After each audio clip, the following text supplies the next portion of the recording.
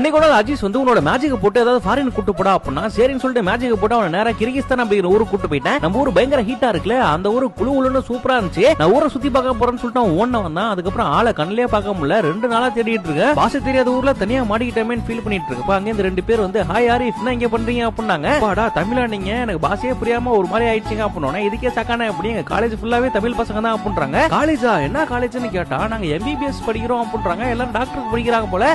சரி வாங்க எங்க காலேஜுக்கு நான் உங்களை கூட்டு போறோம், சூப்பரா இருக்கும் அப்படின்னாங்க. அப்படியா சரி வாங்க போய் பாப்போம் அப்படின்னு சொல்லிட்டு அவங்க கூட போயிட்டு அவங்க காலேஜை பார்த்தா ரொம்ப பெருசா இருக்குப்பா காலேஜ்.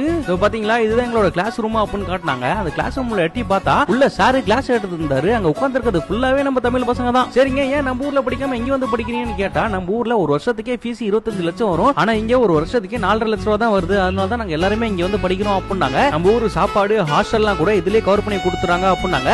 நீங்களும் டாக்டருக்கு படிக்கணும்னு ஆசைப்பட்டீங்கன்னா உங்ககிட்ட டீடைல்ஸ் எல்லாம் வாங்கி டிஸ்கிரிப்ஷன்ல கொடுக்குறேன், செக் பண்ணிக்கோங்க.